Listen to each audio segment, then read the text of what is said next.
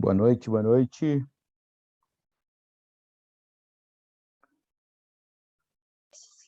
Boa noite, professor. Tudo bom? Tudo bem, você animado? Tudo tranquilo. Eu já botei o senhor como co-anfitrião, viu? Beleza, daqui a pouco eu vou produzir os slides. Vou colocar Isso. daqui a pouco. Vou judiar um Eu, pouco. Oi? Não vou usar slide tanto hoje. Ah, tá ok, tá ok. Eu vou no grupo para fazer a sincronização, para liberar no grupo o link aqui do Zoom na turma, viu? Daqui a Tranquilo. pouco eu retorno. Beleza.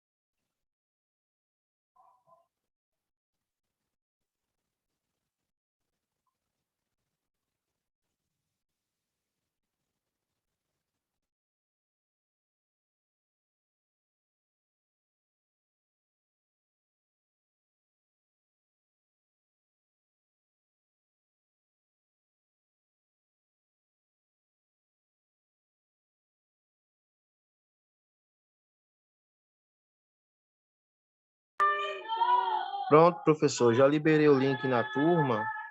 Vou fazer agora a sincronização com o YouTube. Daqui a pouco, assim que tiver alguns alunos entrando, a gente libera a sala, tá ok?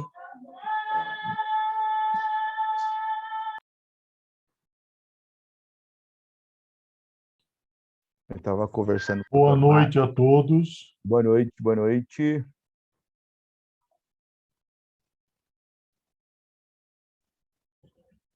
Todos animados hoje? Bom, professor, eu estou sempre animado. Isso é ótimo. A melhor coisa, né? Nós precisamos, que não está muito fácil, né? A gente não pode desanimar, né? Mesmo com toda a dificuldade, tem que estar aí sempre animado.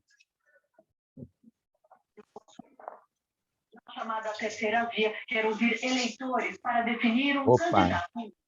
estão definindo o candidato aí. Alguém está assistindo a TV, o jornal aí, ó, que legal. Já estão definidos os candidatos aí? Não. Melhor não falar sobre política, né? Para não dar problema. Pessoal, vamos esperar só um pouquinho que a gente já inicia a aula, tá bom? Política é aquela questão que mostra, né, que que diabo fez a sua parte na terra quando arrombou o político, viu? Mas tudo bem. E fez, não sei se é bem feito ou muito mal feito, né? Porque dá problema, né? Vamos ser sinceros, né? Não é muito, não deveria ser, mas ele traz algumas questões aí.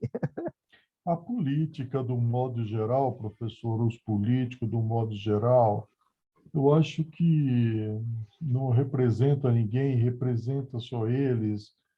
Então, assim, olha, eu voto porque sou obrigado por lei, eu tenho que escolher o menos ruim, e é isso. Fazer o quê, né? É verdade. É que a grande questão, né? Se a gente for pensar numa questão sociológica, antropológica, nós precisamos da política, né? Nós somos seres, né, políticos, né? Naturalmente políticos. A grande questão é que essa visão de política e de sociedade ela foi corrompida. pelos sistemas políticos que foram criados. E aí vem toda uma questão ideológica por trás disso, né? E a política não deveria ter essa questão ideológica tão enfática, né? A política Professor precisa ser igual Adilson, para todos. Fala. estamos sincronizados com o YouTube, a sala está liberada. Uma boa noite e uma boa aula a todos.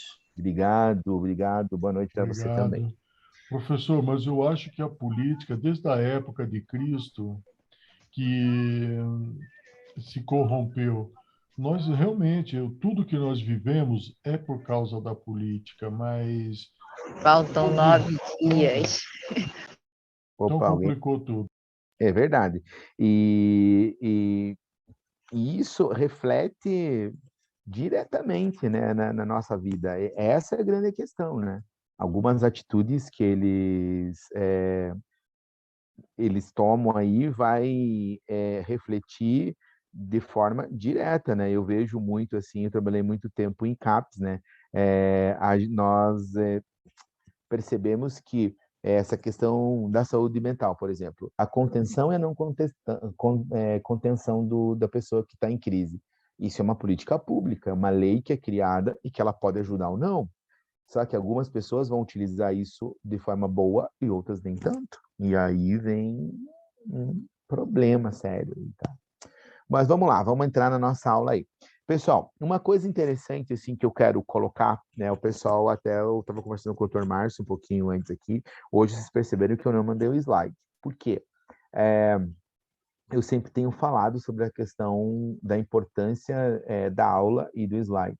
Hoje eu gostaria que vocês anotassem algumas coisas, quem puder aí, quem tiver caderno e tal, porque, assim, são informações bem importantes. Eu vou enviar o slide para vocês logo após a aula no grupo lá, então vocês vão ter esse material, né? Hoje nós vamos falar sobre uma questão bem complicada, complexa, que são as psicopatologias, né?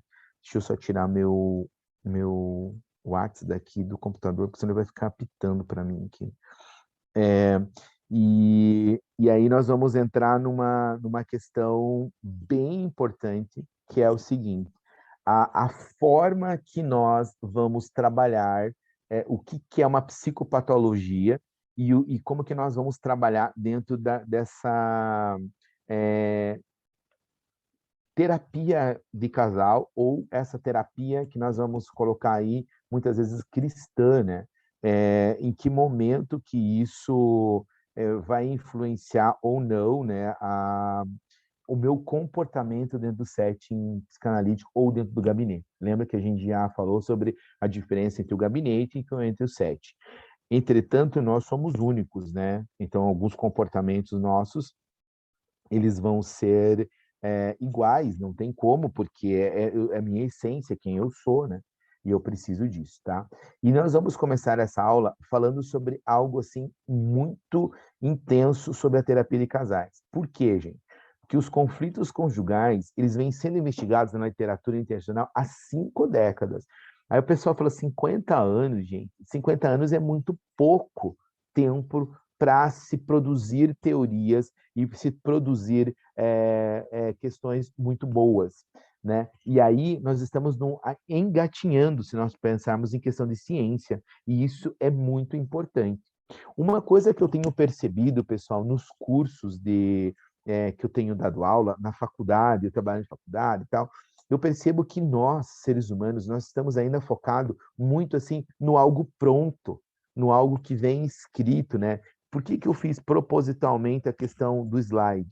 Tem gente que fica desesperado se não souber o que vai ser falado, se não tiver alguma coisa na mão, e nós perdemos, às vezes, uma explicação, perdemos algo importante, porque nós estamos presos ao papel. O papel é importante? Claro que é importante, não se discute, mas eu tenho que entender o seguinte, o papel aceita tudo, né? Eu coloco ali o que eu achar que é importante.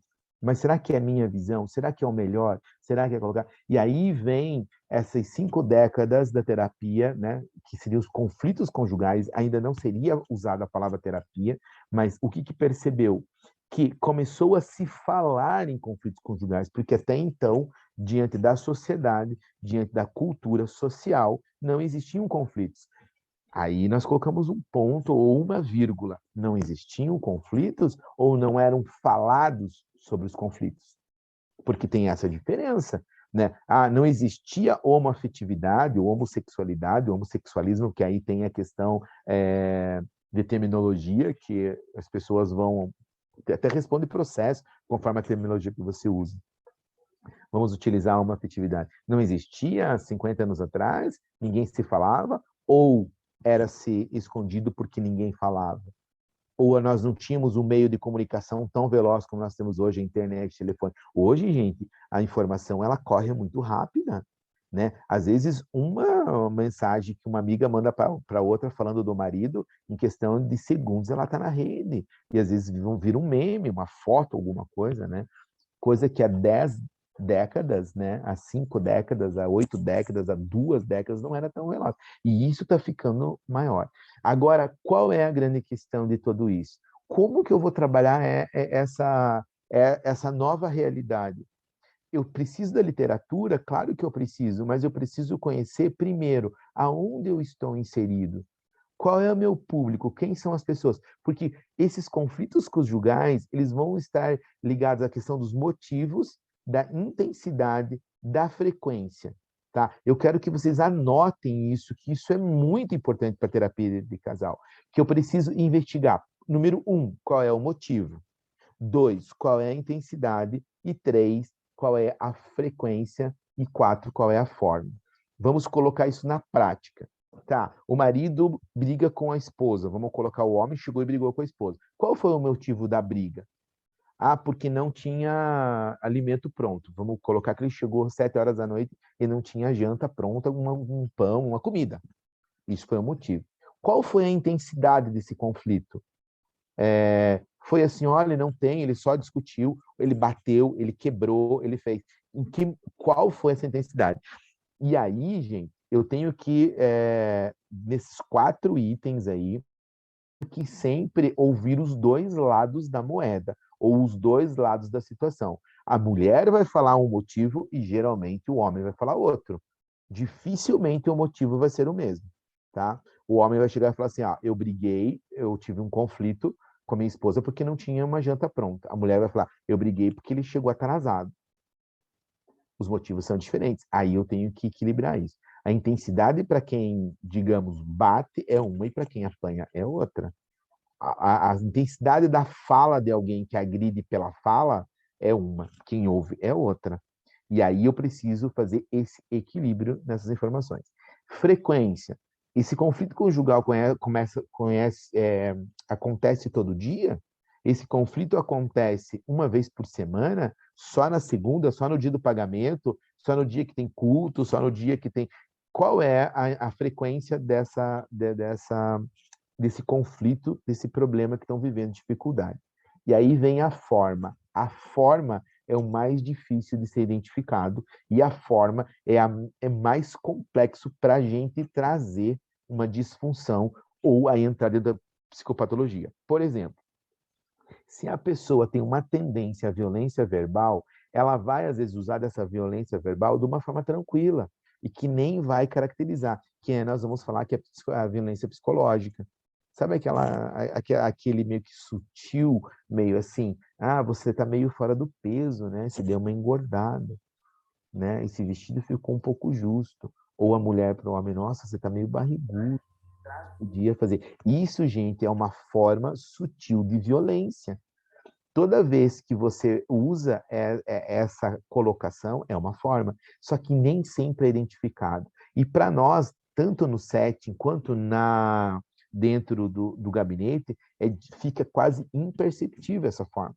Porque quando nós falamos em conflitos conjugais, nós já pensamos na forma o quê? Da violência física, né? Ou aí vem outra forma que hoje acontece muito, que é o abandono. Sabe você sentir sozinho, estar numa solidão, mesmo estando junto com a pessoa? Parece que isso não vai fazer muita diferença se ela estiver com você ou não. E aí vem algo que nós precisamos pontuar na forma. Então, vocês vão colocar lá, primeiro que vocês precisam identificar, número 1, motivo. 2, intensidade desse conflito. 3, qual é a frequência desse conflito? E 4, aí vocês podem riscar, fazer um asterisco, a forma. Essa forma é aí, se eu consigo compreender a forma que ele acontece, eu tenho, com certeza, já um caminho mais tranquilo para levar esse casal a essa resolução de conflitos. Tranquilo? Se é a mesma questão, se alguém tiver dúvida, pode fazer ali no chat, que daí a gente também vai respondendo, se tiver dentro da ideia da aula, ok? E aí vem uma questão assim, hoje vocês podem ver que o slide vai ser preto, de uma forma bem tranquila, que vocês vão entender por quê lá no final, que nós vamos trabalhar sobre a questão do ouvir e do ver, também dentro da terapia, que é uma psicopatologia também. Embora o foco das pesquisas em psicoterapia seja a clínica individual, então sempre que nós falamos em psicoterapia, nós vamos pensar num ser único, individual. E aí a gente sempre vai utilizar psicoterapia individual. Hoje tem psicoterapia individual online, psicoterapia individual presencial e ainda psicoterapia individual breve ou psicoterapia breve, né? Breve não quer dizer que a sessão vai durar pouco, né? Mas que vai ser poucas sessões, geralmente uma sessão. Quem usa muito, a psicanálise não é uma psicoterapia breve, tá, gente?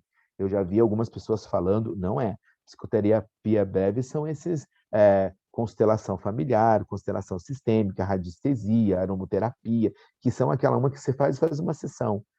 Massagem hoje é considerada como uma psicoterapia breve, né, relaxante, terapêutica, enfim. A psicanálise não, porque ela vai ter um processo da causa e ela vai mais profundo, tá? Esses aconselhamentos pastorais, aconselhamentos religiosos, aí também vai mudar a terminologia, ele pode entrar dentro de uma psicoterapia breve, ela não é ainda reconhecida, tá?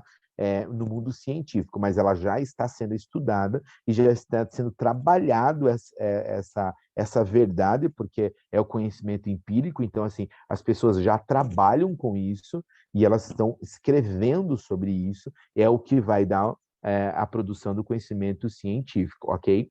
Então, é muito importante isso, tá? Outra coisa que aí eles vão colocar é que cada caso é um estudo de caso único. Por mais que os problemas sejam parecidos, eles jamais serão iguais. E isso é muito comprovado na terapia de casal.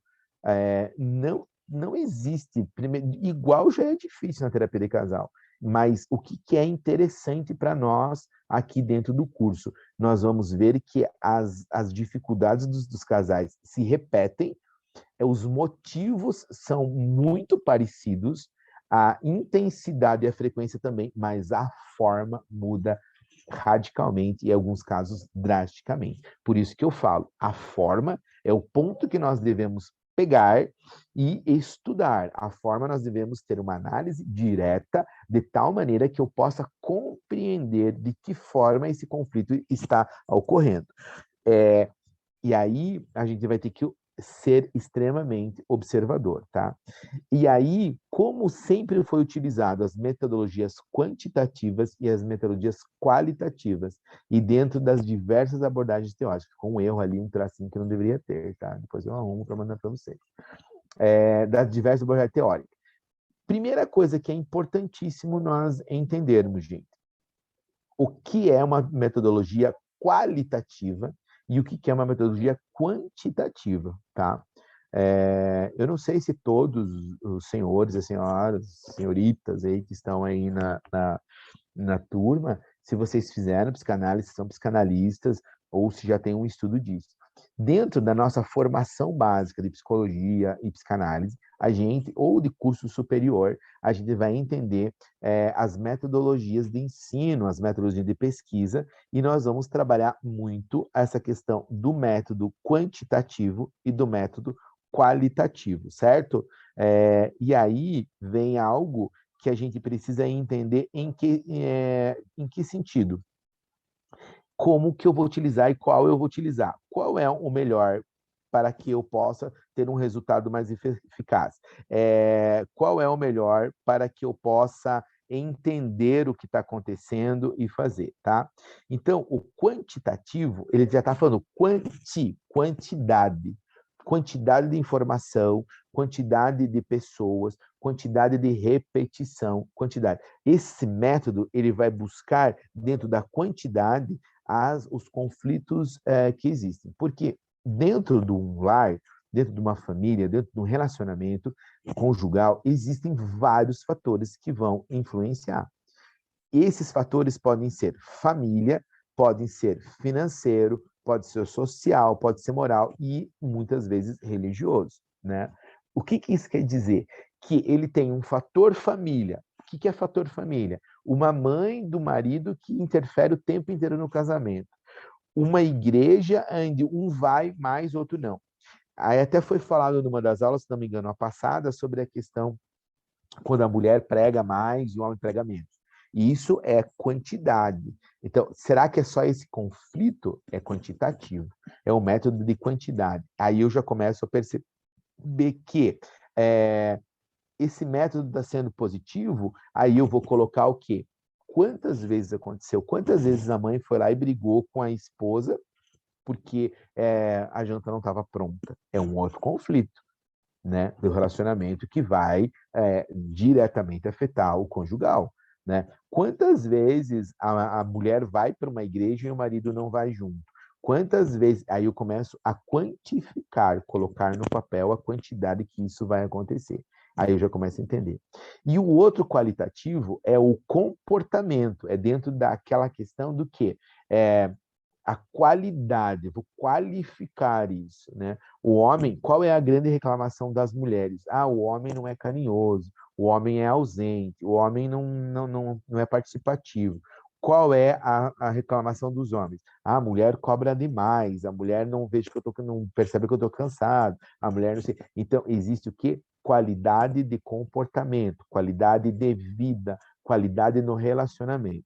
As pessoas falam assim para mim, doutor, quanto tempo eu tenho que ficar com a minha esposa ou com meu filho?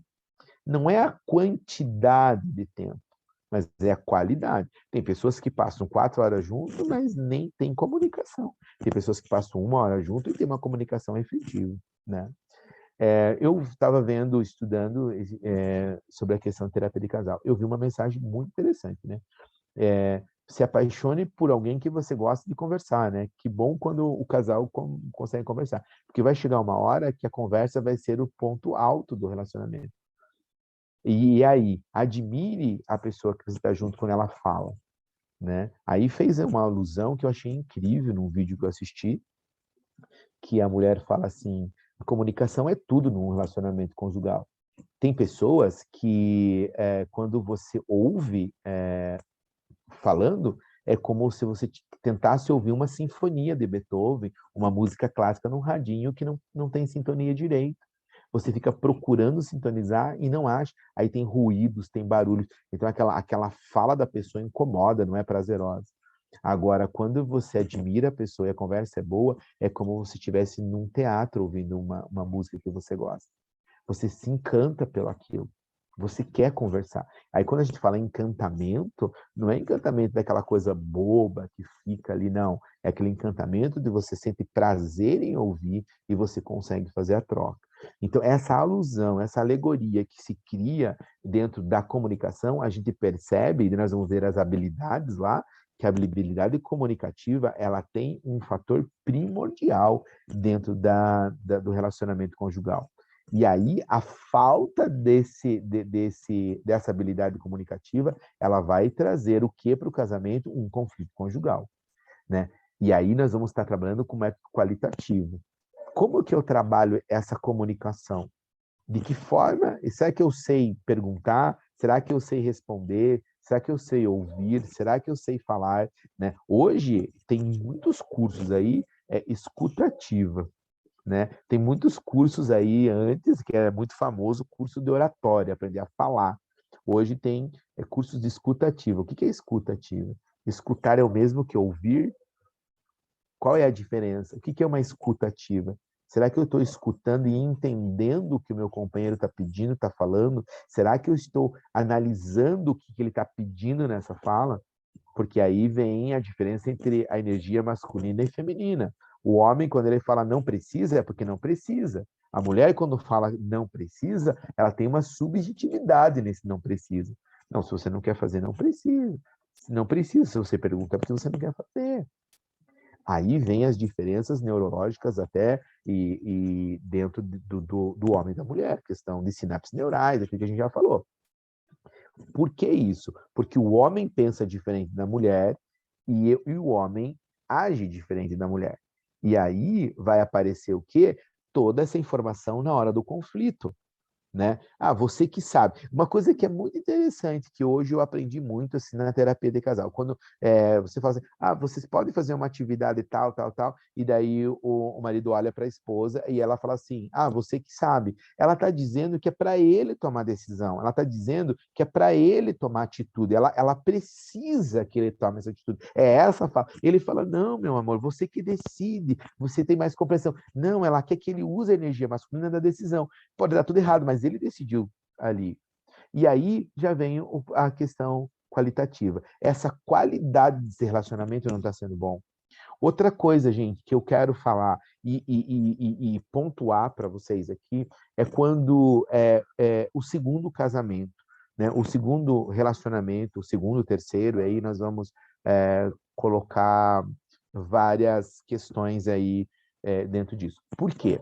Sabe que aquele indivíduo é,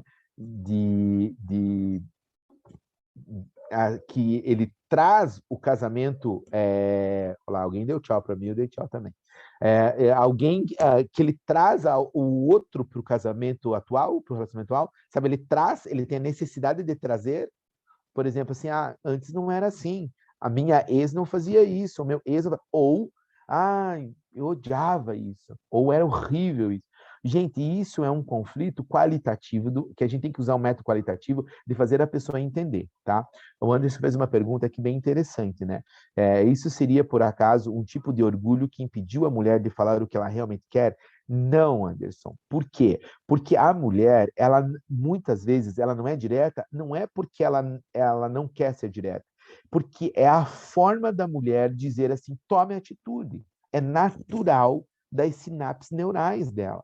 Ela está dizendo, você quem sabe, você quem decide. Ela já tem até, às vezes, um formato. Algumas vezes até ela briga com a decisão que o homem toma. Mas por quê? Ela está passando uma responsabilidade porque ela quer sentir o quê? Vamos lembrar que a figura masculina, a energia masculina, ela tem que trazer o quê? Proteção para a família. A família, a mulher tem que se sentir protegida. Por isso que o homem é mais forte, fisiologicamente falando. Nós estamos falando de força física. Não é força moral, nem de caráter, muito menos aí espiritual e psicológica, não é nisso.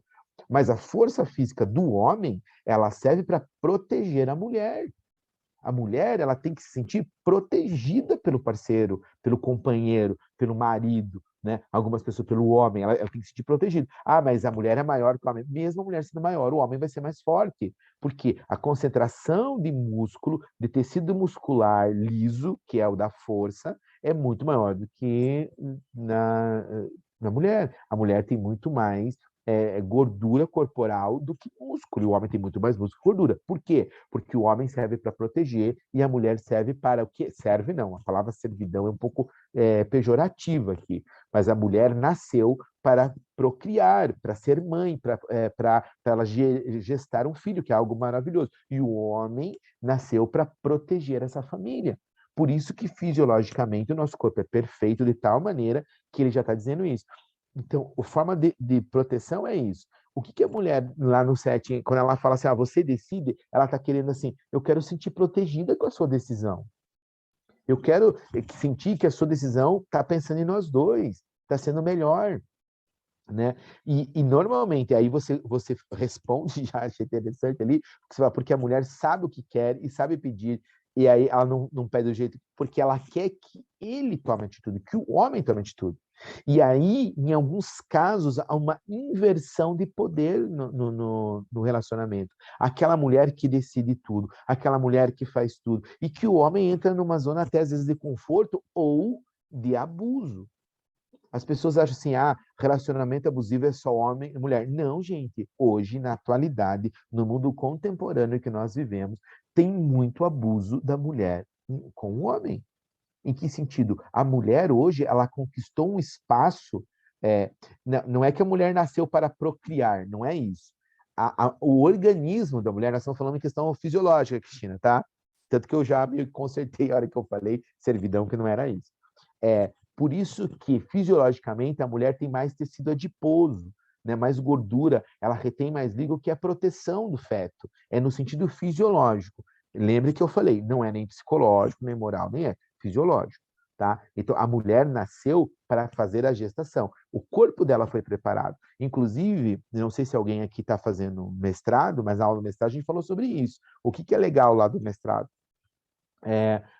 A mulher tem bilhões de neurônios a mais do que o homem. É mais inteligente que o homem? Não, é porque ela precisa mais neurônios no processo justamente da gestação. Você já imaginou o que acontece no corpo da mulher quando ela vai gestar um filho, gente? Todos os órgãos estão ali. De repente começa o útero a crescer e tem outro indivíduo ali dentro. E ela vai ter que ficar com todos os órgãos bonitinhos lá dentro ainda, e funcionando perfeitamente, e mandando nutriente, mandando oxigênio, mandando tudo. Se ela não tiver uma gama de neurônios maior, não vai. E ela foi fisiologicamente pensada, né? O Criador fez o quê? Pensando em tudo. O detalhe é perfeito. Então, quando eu falo na gestação, é nesse sentido. Por favor, não me entenda mal, senão dá uma sensação pejorativa, né? A mulher nasceu para procriar e só. Alguns teóricos já falavam isso lá na década de 10, 20. Acabou isso, gente. Por favor, tá? Inclusive, eu sou totalmente contra essa fala da procriação aí, apenas para procriar, tá? Então, essa parte eu não... Isso. A mulher passa a responsabilidade, principalmente do setting que eu estou falando, né? Que às vezes na vida prática, ali no dia a dia, não acontece. Porque ela quer se sentir segura e ela é como se ela precisasse, Anderson, assim, que o marido pensasse igual ela. E não vai funcionar. Aí vem o conflito. Porque aí ela vai ter realmente o prazer de contrariar. Viu? Estava errado. E se ela faz e deu errado, ela vai ter o prazer de falar, deu errado. Mas aí que vem a comunicação. Quando você entende esse processo da comunicação, de toda a questão da habilidade assertiva, de você entender, você fala assim, qual seria a resposta para o homem? Não, vamos resolver junto. Eu penso que seria interessante se nós fizermos isso, isso e isso. O homem, ele vai... Então, ele tomou uma decisão. Qual foi a decisão? Vamos decidir junto? Ele trouxe ela para o debate. Ele trouxe, só que o homem não consegue pensar nisso. Ele vai falar, não, decida você. Ele não vai, entendeu? Aí quando ele fala assim, vamos decidir junto, vamos tentar, ou ele vai fazer uma dúvida, o que você acha? Muda a atitude da mulher, porque a fala, né? Valeu, Anderson, nós colocou o joinha, tá? Vai mudar, a nossa fala muda. Exatamente, a gente quebra, sabe aquela pessoa assim, eu tenho uma dificuldade, eu não sei se sou eu ou todo homem, eu tenho uma dificuldade de dizer que eu errei. Primeiro que eu odeio errar, eu acho que eu nunca erro, já é um erro, né? E um dia minha esposa chegou e começou a falar assim, e aí eu olhei para ela assim, tá bom, desculpa, eu errei. Ela parou, o quê? O que você falou? Tipo, repete. Sabe aquele prazer, né? Repete, eu ouvi bem. Tinha uma das minhas filhas perto dela, falou, eu ouvi o que o seu pai falou. Minha filha, eu acho que ouviu. Não, desculpa, eu errei, estou errado. Ela falou, meu Deus, sabe quando segura assim, vai que é o telhado, tá? Ele faz né? Realmente, aquilo era algo porque não era comum, não é comum. Hoje eu aprendi a assumir o erro, sabe? Assim, errei e acabou. Não, algumas coisas não têm justificativa, não tem como voltar atrás. Né? Ou ela não faça isso, não faça isso. Eu faço, dá errado. Daí ela falou, deu errado. Eu falei, pois é, mas pelo menos eu tentei, né? Mas eu sabia que deu errado. Você sabia, eu não. Então eu fui pela tentativa e erro. Fala, Cristina, você quer fazer uma pergunta?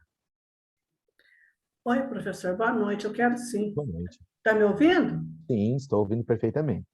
O senhor falou que o homem tem dificuldade de assumir que errou? Isso é próprio do mundo masculino? Sim, até porque aí vem essa questão do poder masculino. E aí vem a criação também. Por quê? Porque a gente meio que é criado, assim, é estranho até falar isso de uma forma, porque aí é um estudo complexo, mas é muito verdadeiro, e é comprovado cientificamente. Nós, homens, nós, socialmente falando e culturalmente, a gente detinha o poder até a década de 80, né? Vamos pegar um contexto histórico. O homem mandava, a mulher obedecia. O homem era o provedor. Claro que tinha configurações de muitas famílias que a mulher era a provedora, mas não aparecia, né? A mulher, ela educava os filhos e o homem trabalhava. Quando vem a década de 80, que começa esse processo da mulher, e aí nós vamos pegar até a questão religiosa. Quando que as mulheres começaram a pregar nas igrejas? Em que década isso aconteceu?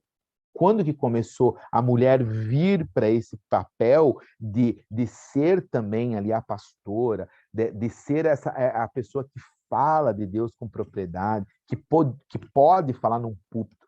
Aí começa o que nós chamamos de empoderamento feminino.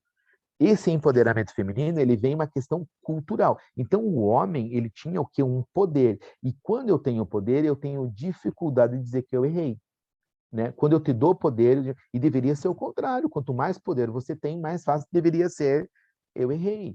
Porque É, quanto mais poder você tem, mais erro você comete, né? Quem está à frente de igreja, aí, de comunidades, de grupo, vocês sabem disso. Só erra quem faz, só erra quem tem atitude. E eu tenho certeza que quem prega, né, às vezes você comete alguns erros na pregação, na atitude ali, que você sentiu e que você vai ter que rever, e às vezes a igreja, como ela nem percebeu, mas você fala, nossa, eu dei uma errada. E que bom que eu errei, porque agora eu posso melhorar e eu percebo esse erro, né? E nós, homens, e aí eu me coloco nesse grupo, nós temos dificuldade de compreender o erro, porque a gente, isso é normal, isso é natural, para que errou, errou, né? Isso é uma questão neurológica masculina. Fala, Cristina. ele Eu já minimiza deixo você falar, o cara. erro. Mas o senhor acha assim, que o homem da época atual, agora, com a mulher saindo para trabalhar, toda mulher mais no mercado de trabalho, mais empoderada, o senhor acha que essa ideia ainda persiste do homem não reconhecer o erro porque ele era o provedor, o mais forte? Porque é uma questão de cultura, porque você veja bem, aí nós vamos pegar os homens de 35 anos para cima tem um perfil, e de 35 anos para baixo tem um perfil. Nós vamos pegar os homens da década aí de 85, mais ou menos, para baixo, eles têm um perfil, e aí de 85 para cima outro. O que aconteceu com esses homens de 85 para frente? Vamos pegar a década de 90, vamos fechar na década. Os homens da década de 90, eles se tornaram um pouco mais frágeis. E aí eles não reconhecem o erro porque eles não estão muito preocupados. Os homens da década de 80, 70, 60, eles já têm uma dificuldade de reconhecer o erro por uma questão cultural, de aprender. Por exemplo, assim, não sei se, né, acredito que tem pouquíssimas pessoas da década de 80, 60, 70, acho que só eu. O pessoal, todos aqui, pelo que eu estou vendo na imagem, são tudo da década de 90, e são tudo novinho. Eu, por exemplo, o meu pai, alguém já fez assim, não. O meu pai, por exemplo, ele não precisava falar nada pra gente, pros filhos. Era o olhar Sou de dele. 78. Sério? Sério. E que bom, você é bem nova, assim, né? Ó, da década de 60 ali, foi bom. 79. Ô, pessoal, vocês estão bem, gente? Onde é que vocês moram aí? Que vocês tomam? Que água que vocês tomam? Eu sou... Sou do Rio de Janeiro, sou de Vassoura, sou do interior do Rio. Ah, então a água aí deve ser muito boa, né? Pra pele, pra tudo. E aí, o que acontece? Naquela época, gente, o pai, ele não precisava falar muita coisa, não. Porque ele não errava. Ele olhava para a gente sabia até assim. E quando o pai falava assim, em casa nós conversamos, nós estávamos... 72. Viu, sabe? Que bom. Sou E aí, 72. você é 72, aí o pessoal está agora sabendo as idades. E aí, essa geração da década de 70, 80, ela tem esse perfil, desse empoderamento masculino ainda, né? Desse poder e decisão masculino. Porque esse processo de trabalhar fora, ela não dá condição de você mandar ou não, né? Porque lembra que a gente falou, dentro de casa é outro sistema. Lá fora é o sistema corporativo, dentro de casa é outro, tá? Então, Mas assim... para ela também ser provedora, não deixa os dois iguais? Então, nunca vão ser iguais. eles podem, assim, o homem e a mulher, eles sempre vão ser diferentes por vários fatores, psicológicos, sociais, afetivos, eles têm que tentar andar juntos, né? E, porque vem as diferenças quando nós falamos de energia masculina e energia feminina. Eles têm que Sim. tentar andar juntos, né? Mas esse processo de reconhecer o erro é mais difícil para o homem, bem mais difícil. Hoje em dia a gente percebe que as mulheres também estão muito sim a dona da verdade. A gente percebe muito isso dentro do setting terapêutico mesmo. Gostei Fala, muito cara. de ouvir isso, professor, porque aqui na minha casa nunca está errado. Aí agora eu fiquei mais tranquilo. Não, não sei se é infelizmente ou felizmente, nós homens temos essa dificuldade, tá? É uma questão natural e fisiológica, inclusive neurológica, tá? Carlos, você levantou a mão, você quer fazer uma pergunta? Depois o Joaquim.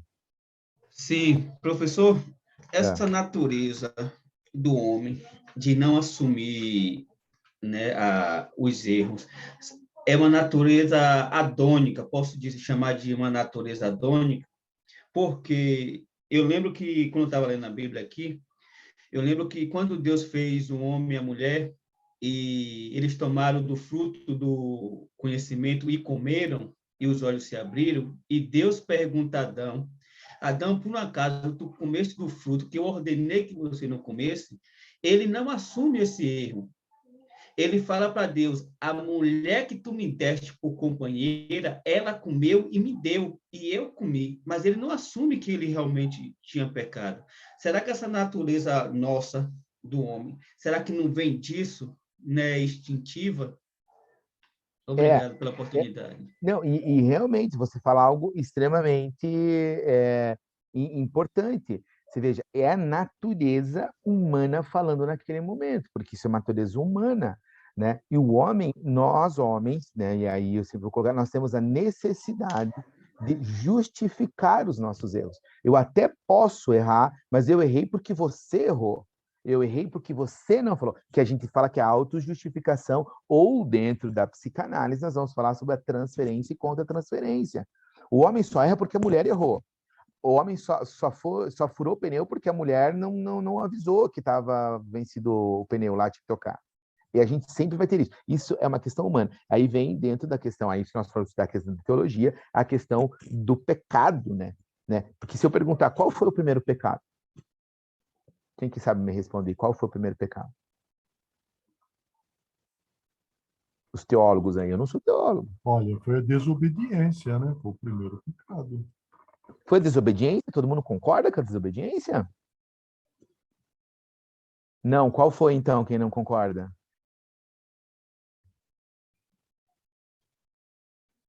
Eu não sou teóloga e também não sou cristã. Então, assim, eu não sei se dentro dessa sequência, eu acho que foi talvez jogar a transferência de culpa ali de Adão jogando a culpa para a esposa. Eu não sei se seria essa a palavra, mas tipo assim, ele não assumiu o erro ali. Acho que talvez se ele assumisse o erro, Deus não teria feito, né, essa punição toda. A primeira coisa ali foi ele ter omitido que ele não comeu, né? A omissão da culpa dele ali também em aceitar, né, o fruto. A Eva não teve nada com isso, ele comeu porque ele quis, né?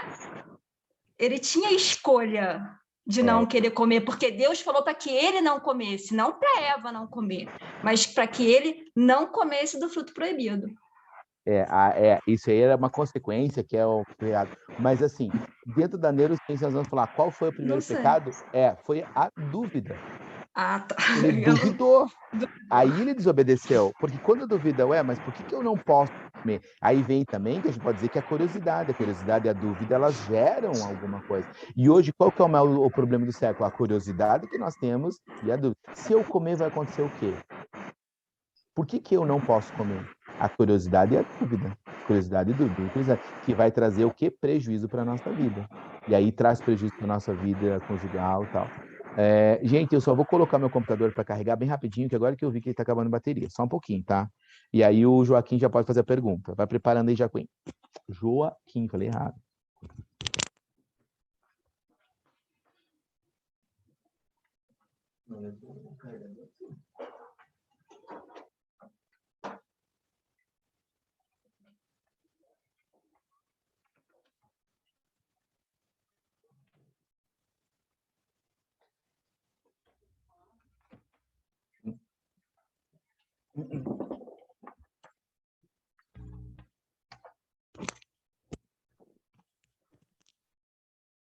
Aí, agora foi, agora não vai cair. Não vou Ô, cair professor, aqui. Pode me perguntar. só para deixar uma coisa clara. Na verdade, essas contas estão erradas. Não foi na década de 80 e nem de 90 que o homem começou a corrigir alguns erros.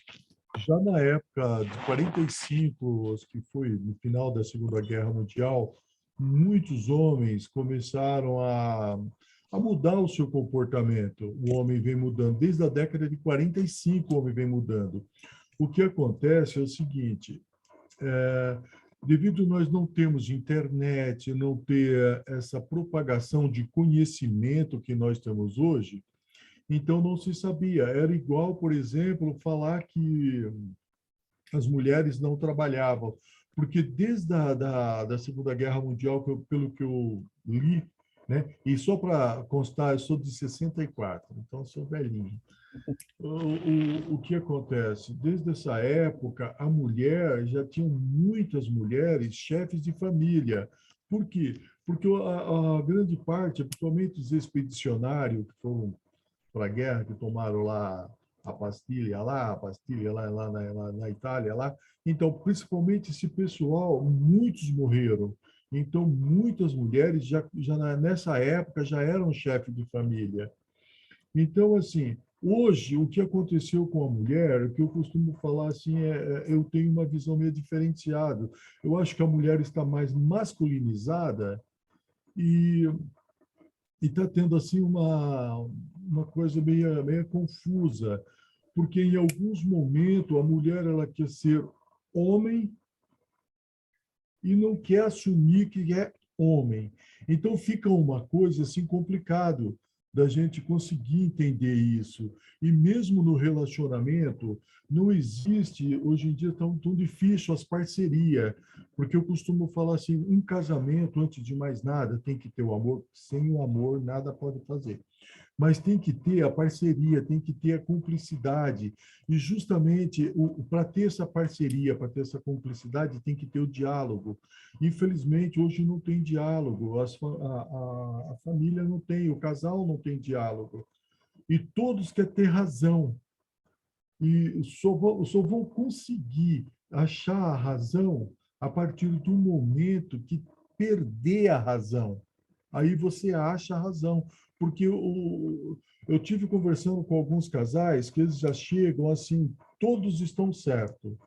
Então, eu entendo assim que a partir desse momento que, desde a década de 40, que quando terminando lá a Segunda Guerra Mundial, quando começou, né, a muitas mulheres ser chefe de família, eu acho que ali já começou o homem, muitos homens, a reconhecer os seus erros.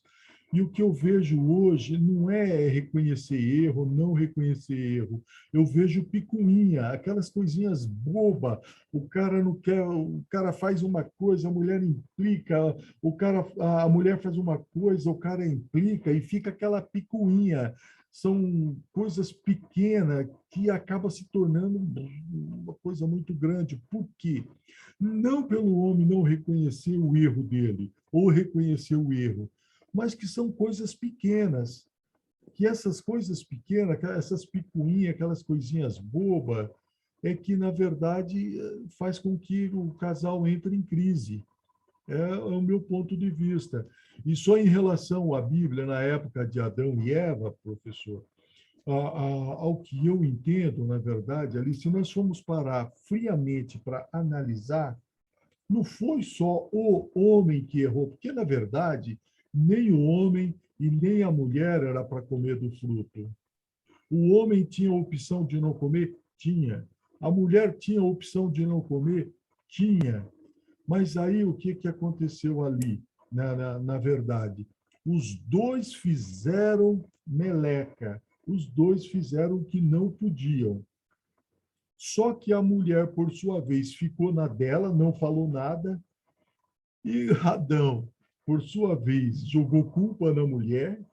E, na verdade, é o seguinte, ali foi rachado ao meio. O que aconteceu ali? Colocaram na balança, quebrou a balança, os dois caíram. Essa foi a verdade. Então, esse é o meu Exatamente. ponto de vista. E aí vem a questão que o que provou ali? A fragilidade humana. E o que prova dentro para nós aqui no Terapia de Casal, não existe casamento que vai dar certo se os dois não tiverem com o pensamento combinado. Não tem a culpa foi do homem, a culpa foi da mulher, o erro do homem é dos dois.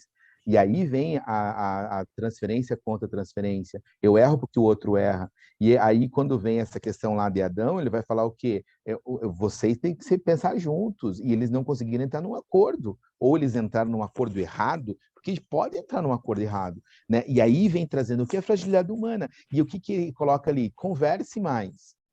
Né? Conversem e traz isso. E aí quando o senhor fala uma coisa interessante, né? A Revolução Industrial de 1950 que traz toda essa mudança de perfil, de formato de família, inclusive, né? Esse empoderamento da mulher tá. Agora, qual é uma hora? E aí nós estamos falando de psicopatologia. E por que eu estou abordando esses assuntos dessa forma?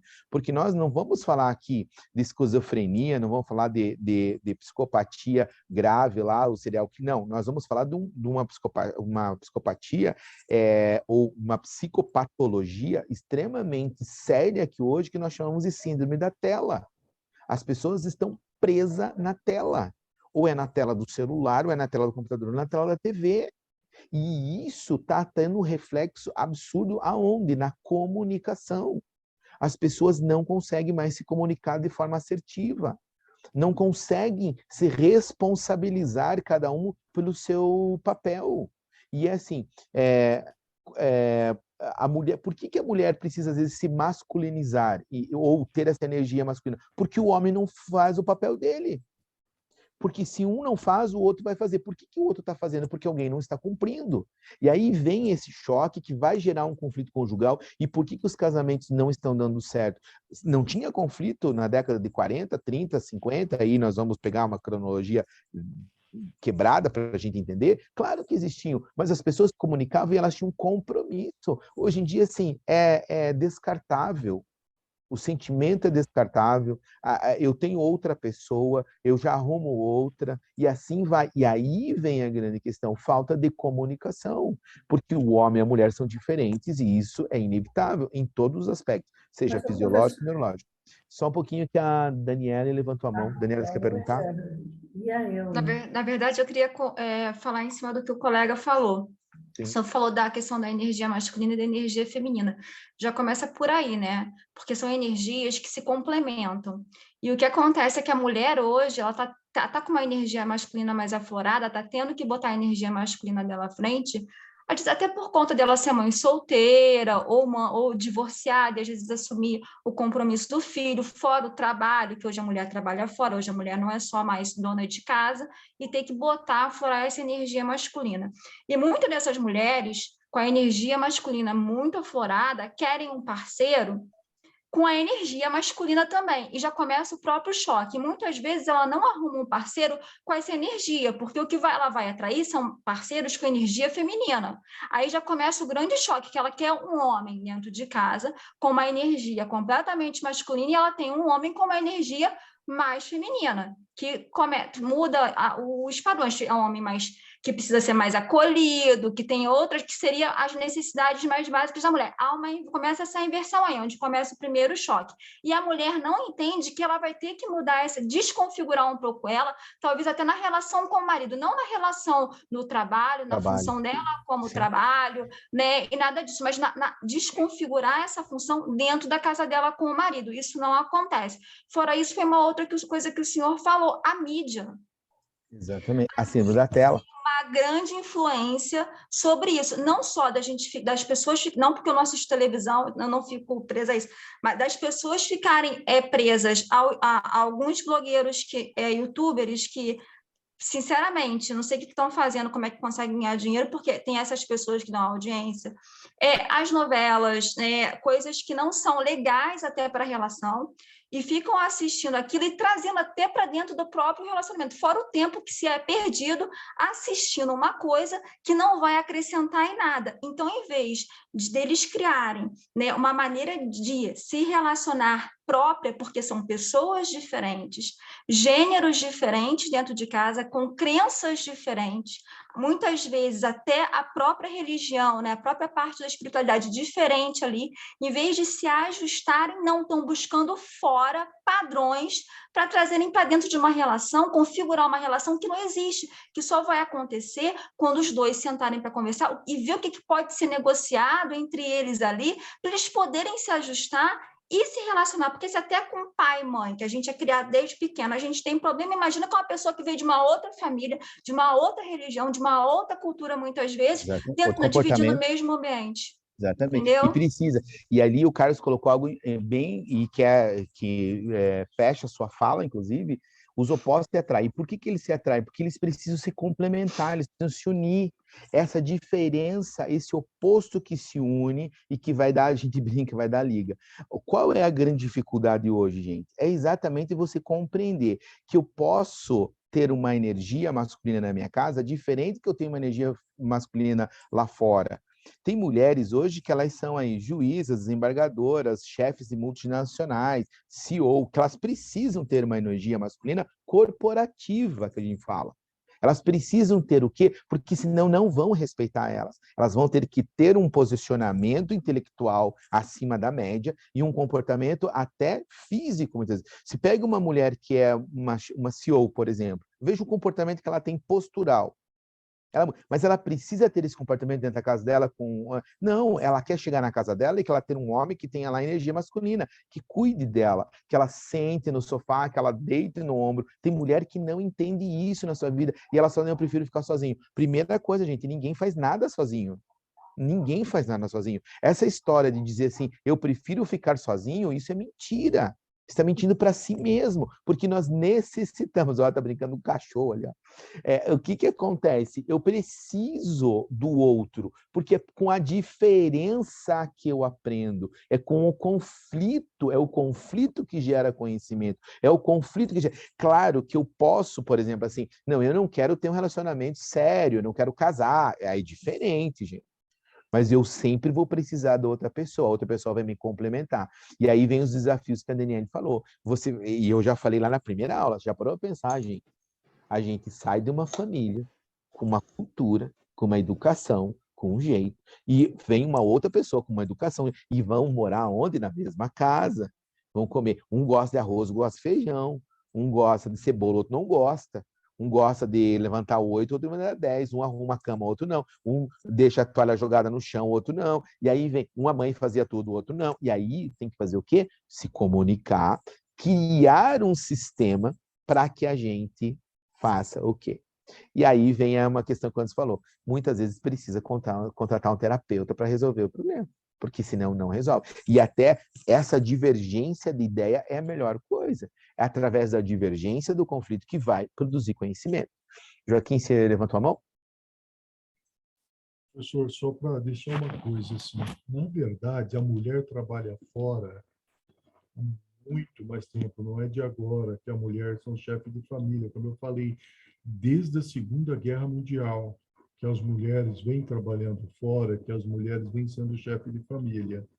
E não necessariamente, aí eu discordo da fala do senhor, não necessariamente para uma mulher se impor, ela tem que ter a energia masculina ou ela tem que ter músculo. Não.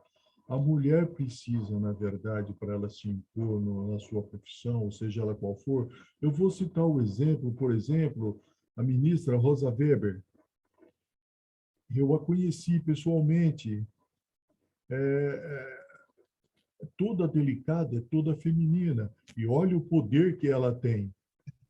O senhor está confundindo energia masculina e Isso que eu ia feminina. falar, Não é isso. Era isso que eu ia falar. Não é Isso que eu ia falar feminilidade agora. nem A masculinidade. mulher, é diferente. ela tem que manter essa feminilidade dela, Isso. sim. Vocês E vão deixar muitas eu terminar mulheres... ou não? Não, e as mulheres porque não foi uma mantêm. coisa Está tendo uma confusão aí. Não, peraí. A questão aí do Não, se masculino está vocês não incomodando. deixarem eu terminar de falar, vocês não vão conseguir entender o que eu estou falando. Então pode continuar, desculpa. Eu estou explicando em relação que desde a Segunda Guerra Mundial que a mulher trabalha fora. Ponto. E eu falei, inclusive, professor, que a mulher em si, ela não precisa se masculinizar. Para isso, para ela ter poder, não a energia. Não vamos confundir uma coisa, que não consigo entender a diferença. A mulher não precisa se masculinizar. E o que eu falei em relação à minha fala anterior foi que hoje a mulher confundiu ela ter o empoderamento com masculinidade. Não tem nada a ver, são coisas completamente diferentes. Mesmo porque ser masculino ou feminino não significa ter caráter ou não ter caráter. Não tem nada a ver com coisas, são coisas completamente diferentes. É nisso que eu me refiro. Eu não me refiro na energia disso ou daquilo, porque isso daí são outras coisas. Mas eu estou falando da masculinidade da mulher se masculinizar. Para ela ter energia masculina, ela não precisa se masculinizar. É nisso que eu me refiro. Eu não entro É isso. Não, realmente, é isso que o senhor falou. O que eu quero que o senhor entenda é o seguinte: a mulher trabalha uma vida inteira, na história sempre trabalhou.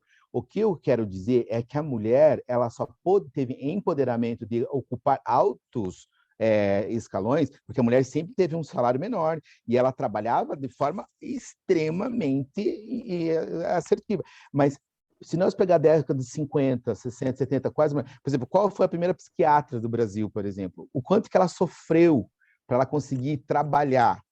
Ela não conseguia.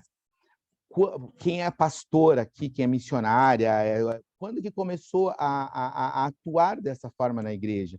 É esse sentido de empoderamento, porque quando eu me torno um diretor de uma empresa, uma mulher, uma diretora, uma desembargadora, uma juíza, como o senhor citou a Razabel, ela tem que ter uma energia masculina em termos da autoridade na fala, dominar muitas vezes muito mais o conhecimento científico do que o homem, porque isso é uma questão cultural, e isso é energia masculina. É eu falar de forma incisiva, precisa e direta. Isso é energia masculina. E não é que ela tem que estar de terno e gravata ou estar com músculo e fazer cabelo. Não é isso. É esse empoderamento. E aí, porque a mulher era tida como o quê no casamento? Ela era a parte frágil. Ela era a parte que não poderia falar. E isso é cultural também. Aí nós vamos saber a questão do Brasil. Essa mudança trouxe essa distorção que o senhor falou, senhor Joaquim. E acontece muito. Muitas das mulheres, elas entendem que você ser empoderada é você se masculinizar. E não é nesse sentido. A feminilidade, tem mulheres extremamente femininas. E femininas que jeito? A forma de comportamentos, usam roupas elegantíssimas, mulheres com salto alto, que o salto deixa a mulher elegante, só que judia da mulher, porque muda o ponto, enfim, porque não é uma coisa muito confortável, vamos falar a verdade. Mas mulheres trabalham o dia inteiro de salto. Mas elas têm, na hora da fala, elas têm a energia masculina. Elas conseguem fazer uma reunião para 200, 300 pessoas, assim como tem muita juíza. E isso, ela continua sendo mulher. E aí, eu falo, daí nós puxando para a nossa aula de hoje, da questão do casamento, essas mulheres que são as diretoras, as CEO, as embargadoras, as promotoras, elas querem chegar na casa e ter um relacionamento de cuidado. Elas não vão deixar de ser mulher. Entendeu? Elas querem, e às vezes o homem ele tem medo. Eu ouvi um dia numa terapia de uma das meninas, ela fala assim: eu não consigo ter relacionamento, os homens têm medo. Porque eu tenho carro, eu tenho apartamento, eu tenho uma profissão, eu sou bem resolvida na vida. Só que eu continuo sendo uma mulher que quero ser cuidada, quero ser amada, quero ser protegida. Eu não perdi esse sonho aí, ou essa vontade, esse desejo. Mas o homem vê esse empoderamento da mulher como uma coisa ruim para alguns dos homens. Né? E aí, claro que nós não podemos generalizar. Né? Eu concordo com a fala do senhor e eu entendi o que o senhor está falando, inclusive, mas o que eu estou dizendo aqui é que esse empoderamento do cargo da mulher, né? Por exemplo, assim, as mulheres elas trabalhavam muito cozinhando nas colônias, né? Quando tinha as colônias no Brasil, elas costuravam, elas tinham um trabalho, mas eram trabalhos que nós chamamos de subalternos ou, de certa forma, inferiores. Né? A mulher não tinha tanto acesso à informação, de ir para uma escola, né? Fazer direito, medicina. As mulheres não estavam. E aí, quando chega a década de 80, ali, né? Mundialmente falando, a mulher começa a ter esse acesso e começa a desenvolver. Né? E aí vem algo importantíssimo, gente. Não tem melhor e pior. Não tem o certo e errado. Tem o quê? A prática terapêutica dentro disso é entender primeiro. Lembra que nosso motivo, alguns dos motivos do conflito é a questão profissional. Nós vimos na aula passada que um dos conflitos do casal era por pregar a palavra. E aí é isso que a gente tem que se deter, aquilo que eles estão na minha frente, deixa eu entender isso, né?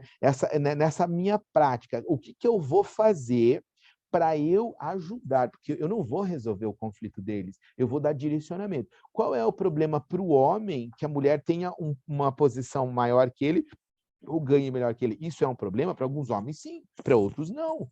É como que eu vou encarar essa situação? Né? Eu sempre falo, se você está se sentindo inferior à sua mulher em termos intelectual, vai estudar, vai fazer outra profissão. Nós estamos aí para aprender, nós não estamos aprendendo o tempo inteiro aí, a gente não passa uma vida. E essa questão que nós temos que pensar muito da prática terapêutica é exatamente isso. E aí, quando eu falo da psicopatologia aí, é isso que, às vezes, dentro da terapia de casal, a falta de informação, ela vai acabar, às vezes, com o casamento. Porque, assim, eu não vou deixar de ser homem no sentido masculino, aí vem a questão masculinidade mesmo, porque a minha esposa ganha mais ou ela tem uma posição muito superior à minha. Eu posso ser um pedreiro, eu posso estar trabalhando de pedreiro, ganhando lá 3, 4 mil por mês, e a minha esposa ser uma desembargadora, ganhando 23, 24, 25 mil. Isso não vai fazer dela melhor do que eu. Ela vai continuar sendo minha esposa e eu vou ser o marido dela. Quando eu chegar em casa, a gente vai ter um relacionamento entre homem e mulher. Os opostos se atraem, se complementam. Agora, se isso for um problema, vai começar o quê? Vai começar a ter o conflito. O conflito vai bater em ponto. E aí vai. Aí vem essa questão aí. E aí, quando nós falamos em terapia, nós temos que pensar isso. Tanto que eu voltei o slide ali, porque, assim, qual é o motivo desse conflito? O motivo é profissional, o motivo é porque ele pode ser, gente. O motivo é religioso, o motivo é família. Qual é o motivo? Né? Tem casos, às vezes, que, por exemplo, eu conheço uma família onde funciona assim. A mulher trabalha e o homem cuida das crianças. Isso é certo? É uma logística deles. A criança precisa da energia masculina e da feminina para ela entender isso na vida dela. Ela precisa disso, para ela até desenvolver o caráter e a personalidade. Agora, como vai fazer isso? Agora, é uma questão de conversa. Agora, tem maridos que não vão trabalhar porque não querem trabalhar, e a mulher vai sustentar, e às vezes isso é um conflito, isso talvez seja um motivo. Quando nós trazemos isso para a terapia, esse embate, e que bom que isso aconteceu, estou bem feliz com essa aula, é exatamente isso. Porque nós pensamos, veja que legal, eu entendi o que o seu Joaquim estava falando e que a Daniela falaram, e eles estavam falando de coisas distintas e que se complementavam, e ao mesmo tempo parecia ser uma divergência, estava desconecto, vamos dizer assim. E isso acontece em muitos relacionamentos. E aí, a gente fala relacionamento aqui, nós estamos entre profissionais, e isso gera conhecimento, só que lá no casamento não tem quem medir essa conversa. Se eu colocasse, por exemplo, uma pilha aqui e falasse, olha, o seu Joaquim está certo, a Daniela está errada. Eu já ia apimentar a discussão. Vinha o quê? O sexismo, né? O sexo masculino contra o feminino. Às vezes acontece isso no casamento. Por isso, quando eles vão procurar um mediador, que seja o terapeuta ou um aconselhamento lá na igreja, eles já estão no extremo do conflito. Eles já estão num ponto que eles já não estão aguentando e que esse conflito está gerando outros conflitos e que está sendo perceptível, às vezes, para as outras pessoas. E eles precisam de um mediador. Esse mediador vai entender esses 4 passos, né? E, às vezes, gente, eles vão por um motivo e no decorrer das sessões, lá na 3ª sessão, você vai entender que não era aquele motivo principal. Às vezes, o motivo era outro, que eles nem percebiam. E quando eles percebem, né, eles vão. E por que quando eu falo de energia masculina? Porque o que eu vejo, gente? Nós, homens, dentro do setting, e eu vejo pela experiência que eu tenho, nós homens temos dificuldade para procurar ajuda. Nós temos dificuldade para reconhecer os erros nesse sentido, de buscar um terapeuta. Terapeuta para quê? Um pastor, então, tem homem que fala, pastor, pastor faz uma coisa errada que eu. Uma pastora, então, pastor. E aí vem o quê? Essa dificuldade de buscar um mediador. E aí, quando chega lá, você vai vendo. Eu já tive várias vezes, gente, que tem que falar assim, eu tenho que fazer um trabalho só com o homem, primeiro, para daí poder fazer o trabalho com o casal. Né? Porque é fechado na ideia. Não consegue discutir uma ideia, senão virá uma briga, porque o conflito é uma coisa, a briga é outra. Sabe, tem um ditado, né? Não sei quem falou isso, até eu vou pesquisar para não ficar fazendo plágio errado aí, né? Mas que a melhor coisa é quando você consegue discutir com pessoas inteligentes. Porque você discute, você diverge, você tem pontos de vista diferentes, termina a discussão, você vai ali do lado e toma um café junto, sem problema nenhum. Continua amigo, continua. Agora, discuta com pessoa que não é muito inteligente. Ele se torna teu inimigo. Porque você divergiu da ideia dele. Porque você não concorda com o que ele falou. Ele não vai mais nem te olhar na cara. Então, essa dificuldade a gente precisa colocar muito dentro do setting e terapêutico. E aí pensar, né? Porque nós estamos lidando com duas vidas. E essas duas vidas, elas precisam, assim, ser ouvidas primeiro e depois serem direcionadas. E nós não podemos culpabilizar um só. Se tem culpa, é dos dois. Se tem acerto, é dos dois. E aí nós vamos entrar numa outra questão, que é assim, qual é a nossa dificuldade? Nós pontuamos sempre os erros, mas não os acertos. E aí, quando nós começamos a elogiar, a trazer o acerto, isso acaba tendo uma outra conotação. Diz assim, ó, errar faz parte. Né? Fala, Cristina, você levantou a mão?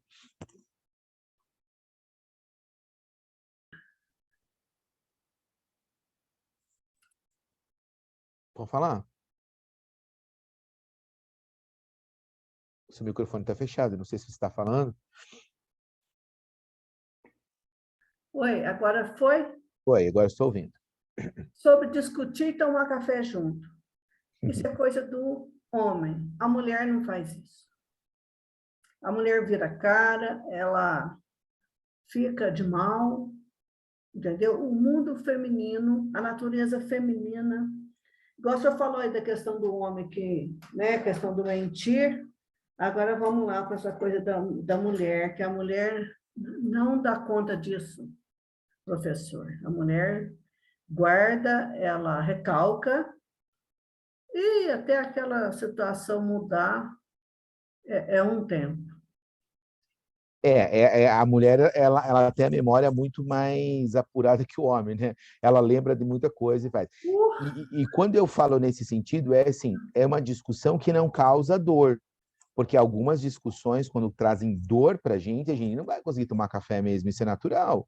Né? Mas a mulher não precisa nem ser causador, não. Às vezes uma coisa que como já foi dito aí, simples, mas a mulher, ela leva aquilo ainda. Isso, às vezes, é um conflito, né? Você vai ficar relembrando, joga na cara. Exatamente. E aí eu falo, e aí eu vou voltar até naquela questão quando eu disse dos relacionamentos anteriores. Essa dificuldade, às vezes, de você desprender de algumas situações. Né? Passado é passado, passado é história, eu tenho que aprender com o meu passado. Eu posso reviver? Claro que posso, eu posso, mas em momentos corretos. Às vezes é desconfortável. Eu já teve pessoas que chegam e falam assim para mim, mas no outro casamento, eu falei, escuta, você está no outro casamento? Não está, então quer dizer que não deu certo. Então vamos esquecer isso e trazer o que tem de bom desse casamento, desse relacionamento? Se passou, esqueça. O processo de comparação é horrível, gente. Por que é horrível o processo de comparação? Sempre tem alguém melhor que você, assim como tem alguém pior. Só que a gente sempre vai achar que tem alguém melhor. E aí esse processo de comparação, ele arrebenta as pessoas. Né? E aí nós temos que ter muito cuidado.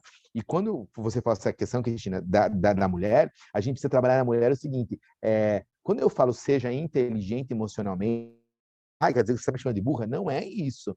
Tem mulheres que elas jogam contra elas por essa questão de ficar batendo na mesma tecla. Até que horas você vai bater na mesma tecla? Até que horas você vai dar murro em ponta de faca? E até que momento? Aí você fala, seja inteligente com você. Aí vem uma coisa que, eu não lembro quem falou, algum de vocês falaram, agora não recordo qual, que sem amor não vai conseguir. Só que antes de eu amar o outro, eu preciso me amar.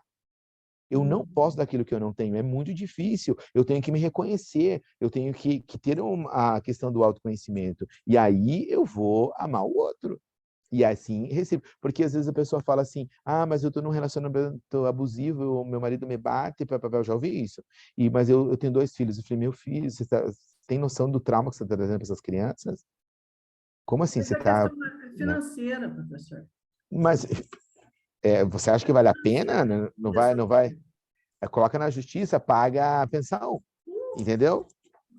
E aí é uma questão o quê? Cultural, porque a gente não pode reproduzir isso. A gente não pode humanizar o que não é humano. Nós não podemos normatizar o que não é normal. Ela não tem saída. Já vi muitos casos, a mulher não tem saída. Ela depende dele financeiramente. Não, mas hoje em dia tem saídas e muitas saídas. No mínimo, por exemplo, assim, olhar de forma diferente. O que eu digo, eu atendo muito adolescente. O adolescente chega e fala assim para mim, eu odeio meu pai e minha mãe. Eu falei, ótimo, quantos anos você tem? 14. Então tá, 14, 15, 16, 17, 18. Você tem 4 anos para se planejar para você deixar seu pai e sua mãe. Quando você fizer 18 anos, você vai morar sozinho. Larga seu pai e sua mãe para lá, aí você paga aluguel, você faz... Aí tem adolescente... Aí que está a questão. Mas tem adolescente que faz isso. São poucos, mas tem. Aí, assim, se me faz mal, planeje para sair. Se eu estou num relacionamento abusivo, eu não preciso sair agora, mas eu tenho que planejar, gente. E às vezes, infelizmente, e eu vou dizer infelizmente, porque eu sou totalmente contrário a isso, porque eu ainda acredito, e eu coloco ainda porque está difícil, eu coloco assim, porque eu acho que casamento é para a vida toda. E a gente tem que aprender a viver com a diferença, aprender com a diferença, o erro, o acerto. Só que tem situações que eu falo assim, olha, você vai se planejar para sair disso aqui. Você vai fazer um curso, vai fazer alguma coisa, vai buscar, porque você não pode viver dentro disso, né? Alguém falou ali sobre preciso ressignificar esse pensamento feminista. Aí, ressignificar pensamento, assim, eu consigo ressignificar o pensamento se a pessoa quiser, né? Hoje, essa palavra feminista, ela tem uma imensidão de conceitos e que nós podemos colocar ali, muitos verdadeiros, outros nem tanto. Então, é bem complicado essas questões aí. E aí nós precisamos entender isso para a gente saber lidar lá na hora da gente mediar esse conflito. Por quê, gente? Tem situações que dá vontade, desista e acabou. Eu já tive situação de falar, chega, cada um vai para um lugar e acabou, porque não dá. Às vezes dá vontade de fazer, mas aí eu falo, calma lá, deixa eu pensar, deixa eu estudar, vamos imaginar. Aí você começa, né? Primeira coisa que eu pergunto, existe amor? Existe cuidado, pelo menos? Existe algum sentimento bom aí nesse relacionamento? Se existe, vamos para frente. Se não existe, aí acabou mesmo. Só que geralmente se vê que tem amor. Porque quando a pessoa está brigando, não tem amor. O que me preocupa é quando a pessoa deixa.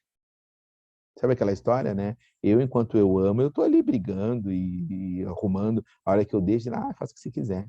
Pronto, aí acabou.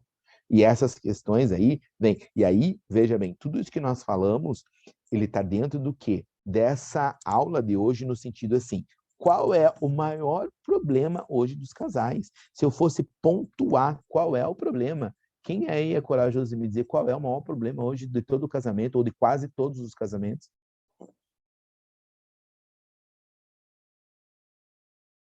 Ninguém vai. Eu acho, professor, que talvez seja até a influência da mídia. Obrigado. Olha, A mídia trouxe. Pode falar, Joaquim, pode falar. não só a mídia, né? Mas eu acho, o senhor matou a charada agora há pouco quando o senhor falou das telas, porque hoje em dia está mais fácil a pessoa arrumar tanto o homem quanto a mulher arrumar pseudos amantes no celular. Então, o que acontece? Eu acho que celular, WhatsApp, Facebook, tudo isso fez com que os casais se distanciassem. Por quê? Porque hoje acabou o compromisso, acabou. E o senhor falou uma coisa que é verdade: sempre vai ter um cara melhor do que o outro, sempre vai ter uma mulher melhor do que a outra. Enfim, vai ser sempre assim. Acabou o compromisso, acabou o respeito, o cuidado, o carinho com os casamentos, do modo geral. Hoje em dia, assim, o cara está com o celular, está cheio de senha. A mulher não tem o acesso. E o contrário também, a mulher está com o celular e está cheio de senha. Se o homem for olhar para o celular da mulher, ó, você está invadindo a minha privacidade. E o contrário também, se a mulher for invadir o celular do homem, o homem vai falar, não, mulher, isso aqui é minha privacidade. Então, isso é que está acabando, na verdade, com a família, é a minha opinião. Sim. Alguém mais levantou a mão? Acho que eu vi alguém levantando a mão. Alguém quer falar mais alguma coisa? Eu quero, professor. Vai, pode falar. A questão da mídia, a mídia não vai acabar. Ela está aí, é com isso que a gente tem que conviver, não é? Então, e aí? O que que nós vamos fazer? Eu acho que o problema existe, a gente precisa apontar a solução. Ah, exato. E alguém mais quer falar alguma coisa? Para eu... Senão eu atropelo vocês. Com relação à mídia, como a colega acabou de falar, que ela está aí, né, e conviver, eu acho que a gente tem que filtrar o que vai assistir ou não, o que você vai seguir de conteúdo na internet, quais são os youtubers que você vai assistir, mais filtrar o nível de conteúdo do que em si realmente exterminar. Isso não existe, a gente está evoluindo, né? E vai E a mais, gente aumenta. tem necessidade disso. A gente está assistindo uma aula hoje online, então a Sim. gente também tem os privilégios. Acho que a questão da consciência da gente filtrar o que é bom e o que é ruim para a gente. E todos nós sabemos o que é bom e o que é ruim. O que está te levando a ter uma baixa autoestima? O que está levando a gerenciar uma briga dentro da sua casa? Entendeu? Então, assim, é mais a questão de ter filtro mesmo, né? Da gente saber filtrar, e todos somos adultos. A criança é mais complicado. Então, cabe nós, pais, né, e educadores, Fazer o filtro. fazer isso agora, fazer o filtro. Mas adulto, eu acho que tem que ter uma consciência de saber o que é legal, o que é real, né? O que é real, o que realmente está dentro da realidade, o que é... A gente já viu aí um monte de filtro, que o que mais tem hoje é filtro de imagem, né? Então, assim, saber que aquilo lá, que as coisas que aparecem não são reais, não são o que parece, né? É tudo em cima de coisas utópicas, né? O real está aqui, né? Tá aqui na gente, né? Isso é o real, né? E a gente pode fazer isso dentro dos nossos lares, né? Se cada um fizer... E hoje a gente está fazendo uma especialização para ajudar outras pessoas também a fazerem isso dentro dos lares delas, né? O conhecimento liberta, né? Isso com certeza. Liberta. A questão financeira também é muito difícil, né, professor? É. Financeira, a educação dos filhos. Então, os pais tendo que sair para trabalhar, chega em casa cansado. Então, isso dificulta muito a vida. Né? Então, professor, colega, dá licença só um minutinho, professor, eu vou ter que dar uma saída, vou ter uma coisa para resolver agora, quero agradecer a aula, muito boa aula. Colega, obrigado por deixar eu interromper sua fala, e eu estou de saída, gente, uma boa noite a todos. Obrigado pela colaboração, Joaquim, foi muito importante, obrigado. Então é isso, professor, a questão financeira, o educar os filhos, tudo isso gera conflito.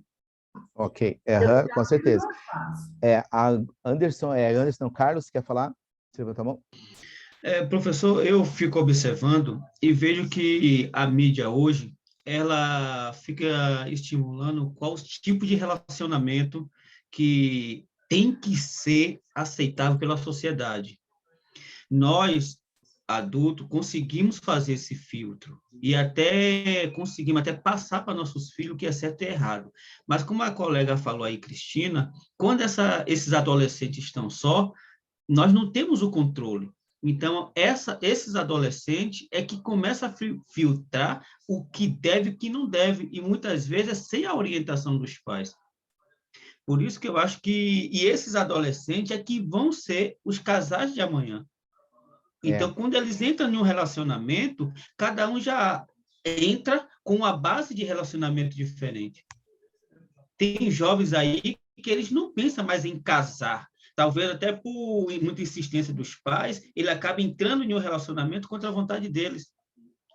Porque se dependesse deles, só ficaria ficando com as pessoas, só se relacionar sem compromisso. E para você colocar na cabeça de um jovem que ele vai crescer, que ele vai casar, que ele vai assumir uma mulher ou ter um marido, é difícil eles entenderem isso, porque na própria escola, através de uma conversa com os colegas não pensam assim. pensa diferente. Então, quando ele vem para casa, ele muitas vezes não tem liberdade para conversar com os pais, porque ele sabe no que o pai acredita, sabe no que os pais passam. Então, eles guardam isso para ele, quando chega na fase adulta, se tornam pessoas dessas formas. Por isso que a maioria dos relacionamentos hoje, né, não dura muito, tem muito choque. É. É o E aí pior, vem, o que eu acho. e vem uma questão importantíssima aí, que todos vocês falaram até para a gente fazer um fechamento. O grande problema é a tecnologia, ela chegou arrebentando mesmo as nossas vidas, a gente não aprendeu a lidar com ela em processo de filtro, como a Daniele falou. E aí nós temos uma questão assim, importantíssimo falar, criança vê, criança faz. Regra e limite esqueceram de ser colocados dentro do lar. E esse é o maior problema. Qual é o maior problema hoje? Nós não temos regras na nossa casa.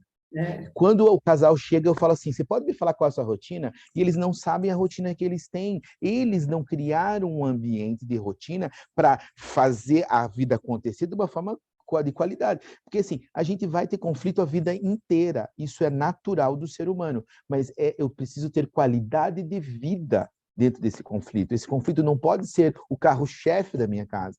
E qual é o problema maior hoje, ou a maior dificuldade? É a falta de rotina, é falta de regra, é falta de limite, é falta de você parar de vez em quando, largue o celular e vamos comer todos juntos, vamos conversar, como foi o seu dia. Eu posso fazer todo dia isso? Talvez eu não possa fazer tudo isso todo dia, porque é uma logística, mas uma vez por semana, duas, sabe essa rotina que a família consegue?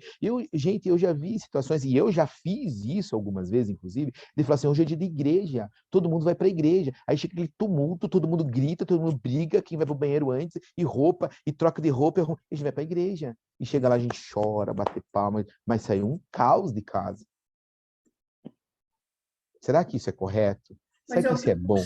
A gente Será que isso é falta de... Aí hoje eu tenho uma rotina da minha casa. Gente, hoje é dia de igreja, vamos tentar ficar um pouco mais quietos, vamos tentar cada um se organizar, quem chega primeiro, toma banho primeiro, se arruma primeiro, mesmo que seja 2 horas antes, pelo menos fica lá coloca um pijama, um roupão, mas está tomado banho, pelo menos. Vamos organizar essa bagunça aqui, porque a gente precisa disso, né? E aí a tecnologia diz o quê? O contrário.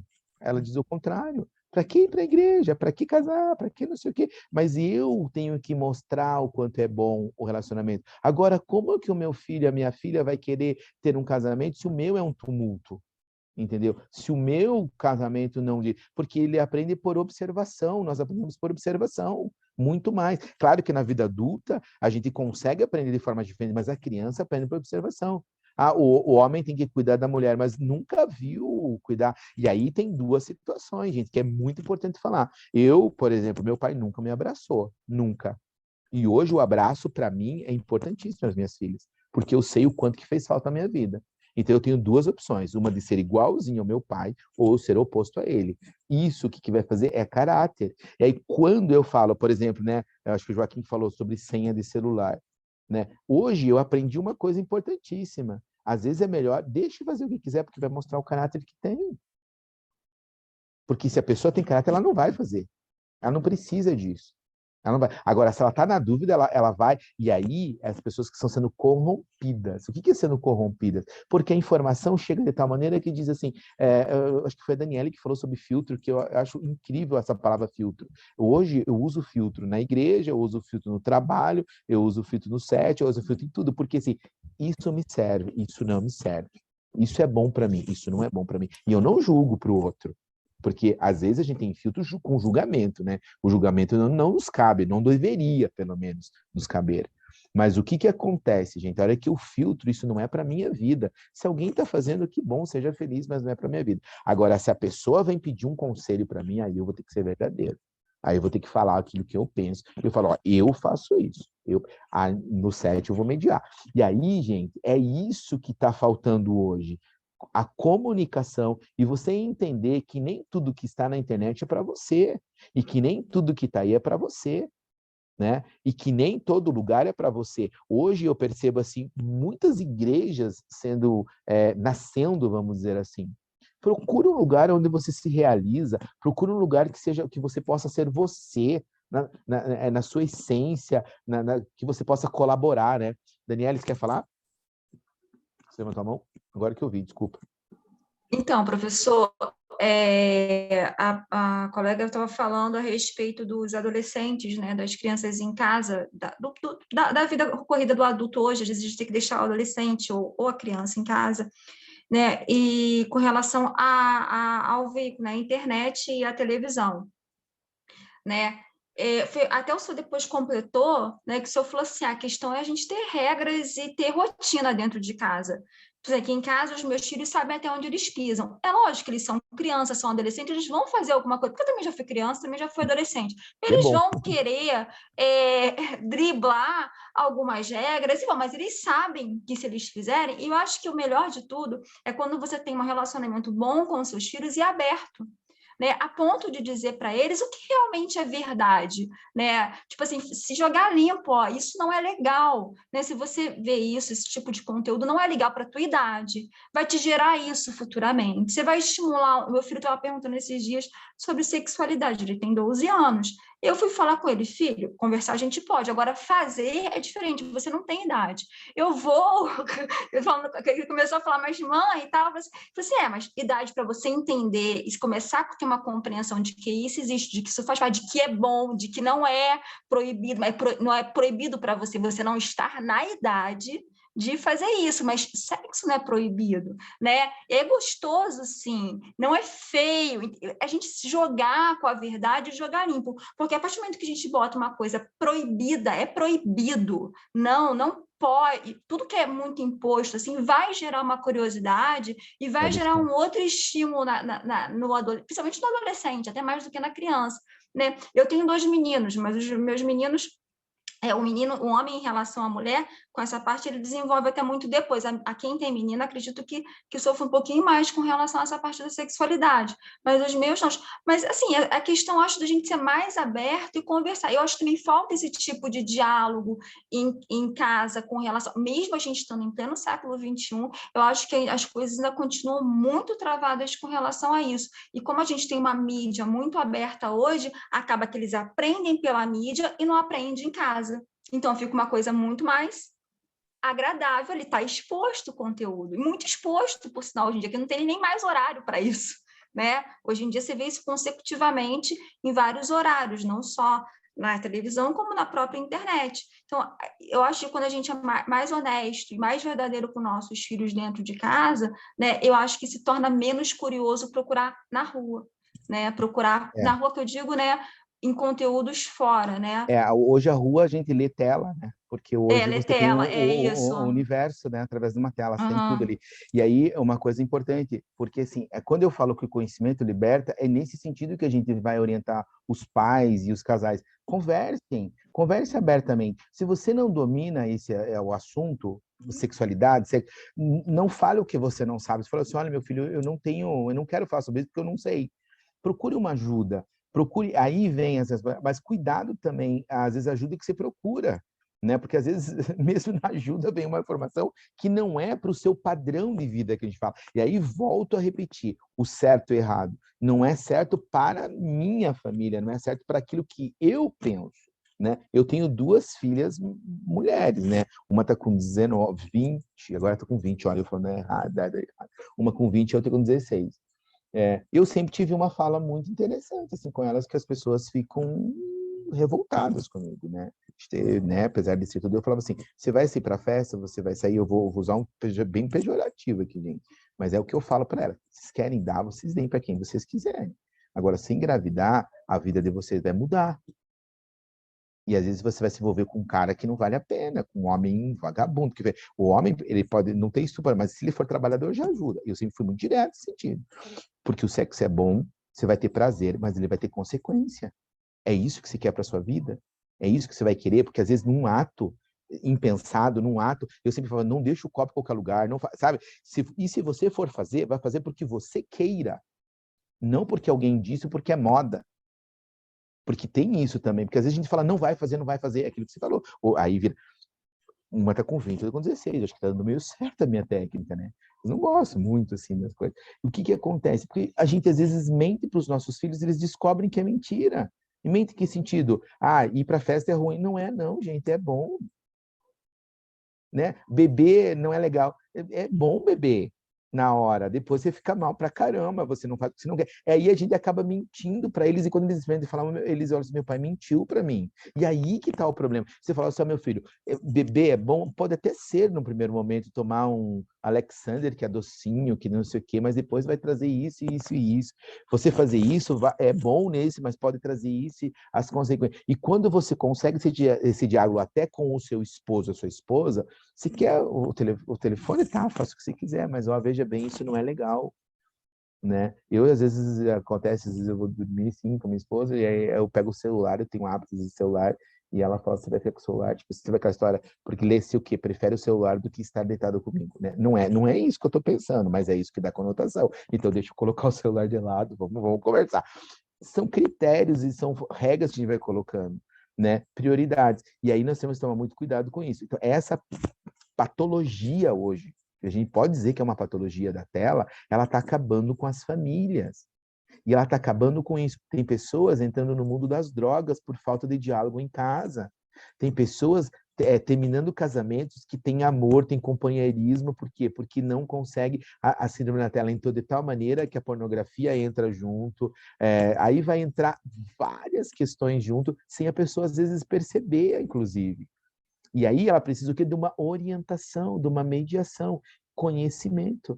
E quando eu falo para vocês assim, desse curso que eu fico encantado com ele, é isso, nós estamos tendo a oportunidade de discutir, nós somos completamente diferentes, de situações diferentes, seja financeira, intelectual, moral, inclusive, em locais diferentes, e a gente consegue discutir um assunto polêmico, trazendo aprendizado para cada um que está aqui. Isso é conhecimento. E aí vem o processo de filtro, que o professor falou, não gostei, não é legal, não vou fazer. Que bom que você conseguiu perceber que não é para você. Faz diferente, então. Compartilha até o que você faz. Isso é legal também. Porque eu posso não concordar com você, mas eu posso ter uma outra reflexão sobre a sua fala.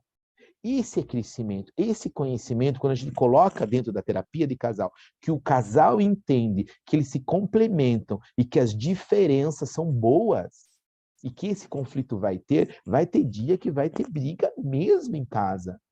Porque um dia está estressado, gente, e que bom que às vezes acontece, porque vai ter a oportunidade de se acertar depois, mas aí tem que se acertar também, tem que ter um mecanismo de acerto, de rotina, né? É que nem foi falado, a criança e adolescente, a gente já foi, a gente aprontou, a gente fez tudo, a gente experimentou e tal, mas como é bom quando o filho fala, olha pai, eu fiz... Não sei se é certo isso. A gente leva um choque na hora, daí a sua hora não tá de se dar uns pés do vidro, xingar, bater e coisa mais. Aí você fala, calma lá, deixa eu tentar mediar. Aí vem uma coisa positiva para nós aqui. A gente já tem um conhecimento diferente. Eu consigo mediar diferente. Isso é uma vantagem, né? Carlos, você levantou a mão? Ou não? Eu tenho 3 filhas, uma de 24 anos, uma de 22 e minha caçula de 15. E tenho um menino de 20 anos. E eu sento com eles para conversar com eles. E é impressionante como ele vê as coisas. E a gente conversa, a gente dá risada, eu alerto a eles em relação às coisas, as meninas principalmente, que tem um menino lá que está fazendo isso, minha filha, cuidado que ele está no período da conquista. Não quer dizer que ele seja daquela flor da pele. Não quer dizer que ele seja daquela forma, ele está tentando te conquistar. Mas você vai visitar a família dele, vai visitar os pais dele, saiba quem ele é. Exatamente. Procure saber dos pais, como é que eles os tratam, sabe? Como é que ele trata a mãe, principalmente, né? O filho Exatamente, homem, porque como ele trata a mãe, que é uma mulher, eu acho que ele vai ter quase o mesmo cuidado com a esposa dele, com a namorada. Procura saber dos parentes se ele é um cara mulherengo, sabe? Já teve várias namoradas, porque você vai ser apenas mais uma. Falo para o meu filho que tem 20 anos que a filha dos outros não é brinquedo. Que esse negócio, esse modismo de ficar com as pessoas, às vezes ele vai acabar machucando alguém e ferindo alguém. E se isso acontecer, eu não vou ficar do lado dele. Eu não vou te apoiar, porque eu sou pai de filha mulher, e se alguém fizer isso com a minha, eu não vou gostar, então eu não quero que você faça com a filha dos outros. E aí eles começam a entrar na brincadeira, começam a levar na graça, que não sei o quê. Aí a gente acaba dando risada com a situação, né? E inventando coisas, cuidado para não acontecer isso e isso. A gente acaba dando risada, mas a gente acaba apresentando os fatos. algo que possa acontecer futuramente. E aí esse diálogo, Carlos, aí que eu falo que falta às vezes na família, né? Esse diálogo às vezes descontraído, né? Às vezes assistir uma série, por exemplo, assistir um filme, hoje as pessoas perderam esse contato. Tem a tela, todo mundo vive com a tela, é impossível de não viver. Vamos assistir um filme junto? Vamos entender esse filme? Vamos ver o que ele fala? Será que isso é verdadeiro? Essa imagem que passa é real mesmo? Isso a pessoa consegue ter assim o tempo inteiro? Esse romance é tão lindo, né? Hoje, a tecnologia, e para fazer o fechamento que eu queria falar, ela fez o quê? A tecnologia, a mídia, trouxe o quê, gente? Uma inversão de valores. O certo está errado, o errado está certo. Você machucar o outro, você ficar, você namorar, você descasar, você casar, o vilão sempre se dá melhor que o mocinho, processo de sofrimento. E aí vem toda uma consequência psicológica, moral, social e, inclusive, afetiva.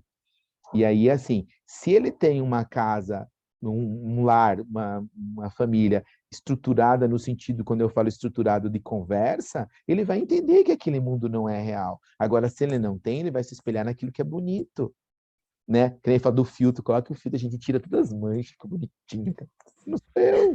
E detalhe, professor, os adultos somos nós, né? Então, eu acho que a gente tem que agir como adulto e não como criança, porque muitas vezes a gente compete até com os nossos filhos. Nossa criança interior está tão ferida, mas está tão ferida, que a gente coloca para fora e a gente não consegue lidar até com o mundo deles aí. Então, eu acho que a gente, enquanto adulto, a gente tem que atuar como adulto. Se a gente está na função de mãe, se a gente assumiu isso quando a gente casou, quando a gente teve os nossos filhos, então a gente tem que assumir essa função até eles terem idades para sair de casa aos 18 anos, assumir um aluguel, que eu falo isso para os meus, assumir um aluguel, começar a ter a vida independente deles, começar a caminhar para a sexualidade, para financeiro e tudo mais, mas aptos para isso também, saudáveis, né? Para isso, para gerar famílias saudáveis futuramente. Independente de uma mídia aí, o importante é que nós temos consciência hoje, nós estamos buscando conhecimento para isso. Todos nós aqui, né? Para que isso, pelo menos dentro dos nossos lares e de algumas pessoas que vierem até nós futuramente, também se tornarem assim, né? E mais ou menos, eu até brinco com os meus filhos, né? Eu tenho um de 14, falei de 12, e pergunta para eles, se ele vir uma mulher mais estressada, ele já falou assim, mãe, tem que dar chocolate e vinho para ela. Porque ela deve estar com todos os problemas do mundo, que é TPM. Que um dia ele me perguntou o que era TPM. Eu falei, todos os problemas do mundo. Também já usei essa terminologia. Todos os problemas do mundo juntos. Aí ele disse, mãe, a professora hoje precisava de vinho e chocolate, que ela estava com todos os problemas do mundo. Exatamente. Então ele já falou assim, mas uma mulher tem que tratar assim, se ela está mais estressada, dá um vinho e chocolate. Exatamente. Então, assim, ensinar esse carinho com a parceira dele e vice-versa. Quem tem filhos, quem tem meninas, né, ensinar o carinho, o companheirismo, né, com o parceiro futuramente e entender que existem essas diferenças. Isso não é muito passado para nós, né? A gente vê o nosso lar, a gente tira a base pelo nosso lar, alguns lares são bem fundados, outros não, e a gente vai tirando base para aí, a gente vai crescendo com esses gatilhos, com essas crenças, né, com tudo isso, né? Infelizmente a gente vai transmitindo. O importante é a gente agora ter consciência e evoluir nessa parte, né? E a maturidade emocional, a gestão emocional é o principal, né? E aí é exatamente isso aí. E é assim, e a gente passando tudo isso e eles vão errar ainda. E que bom que vão errar, que vão aprender. Porque isso que é o legal, a gente colocar que o erro faz parte da nossa vida, porque às vezes a gente romantiza a vida. É tudo perfeito e não é, né? Esses dias eu ouvi de uma pessoa, ele cometeu adultério, mas foi online. Hã? Adultério online? Como assim? Então, né? É porque ele teve um relacionamento online. Daí a pessoa veio falar, né? Eu falei, meu Deus, que cara meio que babaca, né? Quantos anos tem? 17, 18? Não, 39. Hã? Calma lá, esse homem precisa fazer uma terapia, gente, porque como que assim ele teve um relacionamento com uma pessoa, primeiro, se essa pessoa não é verdadeira, né? Começa por aí, e aí sabe quando você aí faz uma reflexão do quê? Exatamente nessa questão que a Daniela falou. Como corrompeu, como a pessoa se estrutura, nossas crianças internas, nossos traumas infantis, às vezes eles gritam para cá. Porque assim, eu tô sozinho. Caráter é o quê? É o que eu faço sozinho, que ninguém tá vendo. E aí um homem de 39 anos, esse homem precisa do quê? Ser cuidado e compreendido. É fácil julgar e ficar... ó, você viu que eu já julguei ele na hora, babaca. Sabe aquela coisa, aqui no Sul nós estamos nós falamos algo que quase ninguém conhece, que é a palavra tongo, né? Tongo, para nós, é uma pessoa fora do padrão comum, né? Que só faz coisa errada, só faz cagada, são os tongos. Aí você fala, não, ele precisa de ser cuidado. Ele está acabando com um casamento, com uma família, com 4 filhos, porque ele teve um relacionamento... E qual é o maior problema, a problemática, gente? Ele se culpa extremamente por isso. Porque foi ele que falou. Agora, olha o caráter desse homem, porque ele não precisava ter falado para a esposa, se a gente fosse pensar, né? Ele podia passar batido, ninguém sabia, mas aquilo começou o quê? A acusar, a acusar, a acusar. Porque ele aprendeu com alguém, com a mãe, com o pai, o que é moral, o que é ser verdadeiro, o que é honestidade, e aquilo começou a gritar. E ele chegou e falou, olha, eu fiz isso para a esposa, pô, né? E aí aí quando a gente vai chegar para a gente fala assim, ó, vamos tentar entender, houve um erro, e aí você vê, aí você tira a esposa um pouco, deixa eu cuidar desse homem aqui, deixa eu cuidar dessa criança que está ali. E aí eu percebi que a forma que ele estava educando os filhos, 4 filhos, era exatamente como ele foi educado. Tudo não pode, Deus não permite, Deus não gosta, tudo é ruim. E aí, quando ele experimentou algo que não foi ruim, porque ele fez um sexo virtual e provavelmente foi bom, porque é fisiológico isso, né? O hormonal, as substâncias que a gente já falou aí acontece. Mas depois veio a culpa, e a culpa começou a matar ele internamente. E ele começou a ter problema com a esposa, ele não conseguia nem ter relação sexual com a esposa, porque ele se culpava do pecado que ele tinha. E ele estava reproduzindo isso. E aí precisou acontecer algo extremamente ruim para ele procurar ajuda, para ele estar... Agora está em processo de transformação, primeiro interna dele, aí ele vai poder ajudar os filhos também. E às vezes precisa acontecer alguns erros, algumas deslizadas, para a gente se olhar, ressignificar o que nos machuca, para a gente mudar a vida da nossa família e a vida das pessoas. E aí eu falo, e nós, enquanto terapeutas, aí nós temos, às vezes, uma função exatamente essa. Colocar o dedo na ferida, tirar a casquinha da ferida, dar uma limpadinha, isso dói, mas ela vai ser curada. E a partir do momento que cura a ferida, ele vai dizer, ó, você não vá por ali que isso aqui machuca. Não faça isso que eu fui por aqui e já me machuquei. A pessoa até pode ir, mas ela está indo consciente, pelo menos. E isso é importante para nós, tá, gente? Eu falo, o doutor Márcio falou assim, Adilson, você demora muito a sua aula. É 1 hora de aula, né? 1h15. A gente passa, mas é que assim, o conteúdo é tão bom, a gente vai, ficaria até 11 horas falando sobre isso. Mas o que eu digo para vocês? Falaram sobre a tecnologia não vai acabar, não vai, mas a gente pode criar métodos e regras e limites para nossa casa. A minha casa mando eu, né? Manda o pai e a mãe. O pai tem uma função, a mãe tem uma função. A partir do momento que entende isso, o filho obedece. Você tem 30 anos e mora com você, não interessa, ele te obedece e acabou. É a tua regra. Né? Ah, não está usando a internet errada? Eu já tive problema com a minha filha de internet. Pegava o celular, desligava o Wi-Fi, mudava a senha todo dia, até elas entrarem na regra. Chega uma hora que você tem que dar o celular. Não, e outra coisa, nunca minta para os filhos de vocês, né? E ensine isso para os casais. Nunca mais vou te dar celular. Mentira, vai dar. Você vai ficar 1 mês sem celular. Mentira, porque não fica. A gente não fica.